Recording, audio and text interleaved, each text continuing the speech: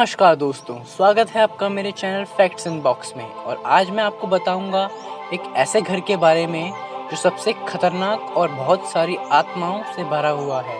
तो चलिए वीडियो को बिना किसी देरी के शुरू करते हैं।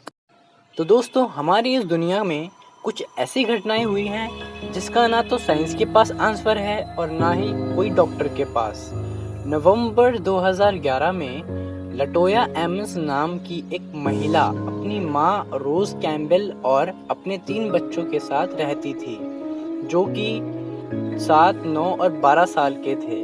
और वो एक नए घर में शिफ्ट हुए थे जो 3860 कैरोलिना स्ट्रीट जो था इंडियाना में। जब वो शिफ्ट हो गए थे, उस घर में रोजाना कुछ न कुछ अजीब चीजें होने लगी, जिसको देखकर पुलिस भी इग्नोर नहीं कर पाई। उसकी माँ, जिसका नाम रोज कैम्बेल था, वो कहती थी कि उसने बेसमेंट से फुटस्टेप्स और क्रीकिंग की आवाज सुनी और बहुत सारी परछाई अचानक से दिखने लगती थी। और उस घर में अननोन फोर्स की वजह से उनका दम भी घुटता था। एक बार जो लटोया एमन्स की बेटी थी, वो अपने दोस्त के साथ सो रही थी दोपहर में, और तब वो अचानक से हवा में उड़ने लगी। जब तक उसकी बेटी नीचे नहीं आई, वहाँ के सब लोग प्रेयर करने लगे जिससे उस बुरे साया का असर कम हो।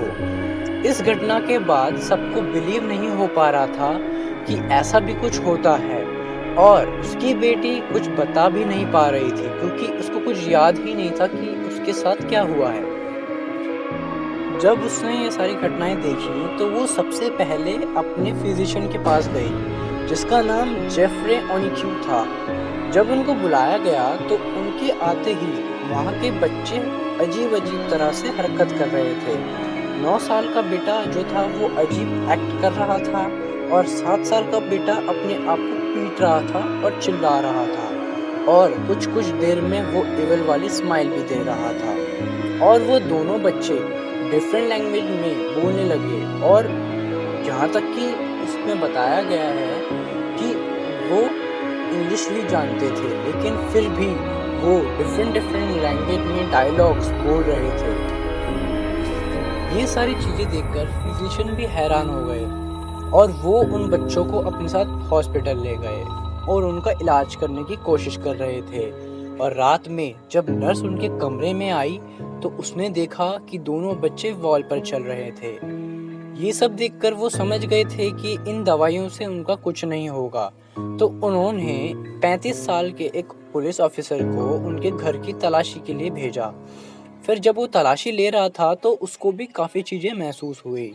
तो वो समझ गया था कि वहाँ पर पैरानॉर्मल एक्टिविटीज़ होती रहती हैं। बाद में उस पुलिस ऑफिसर ने वहाँ पर एक प्रीस्ट भेजा, जिन्होंने वहाँ पर 3 बार झाड़ फूँक करा, जिससे उन बच्चों को छुटकारा मिला उन आत्माओं से। लेकिन उस घर को एक पैरानॉर्मल इन्वेस्टिगेटर को बेच दिया, जिसका नाम जैक बैगन्स था।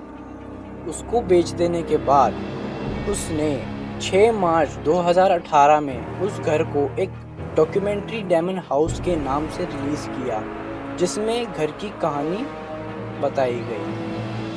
ये जो मैंने आपको कहानी सुनाई, ये वर्ल्ड की सबसे खतरनाक और अजीब पैरानॉर्मल केसेस में से एक है। तो दोस्तों, आज की वीडियो होती है यहीं पर ख़त्म। अगर आपको मेरी वीडियो पसंद आई तो वीडियो को लाइक कीजिए, शेयर कीजिए और कमेंट में बताइए आपको वीडियो कैसी लगी। मिलते हैं नेक्स्ट वीडियो में।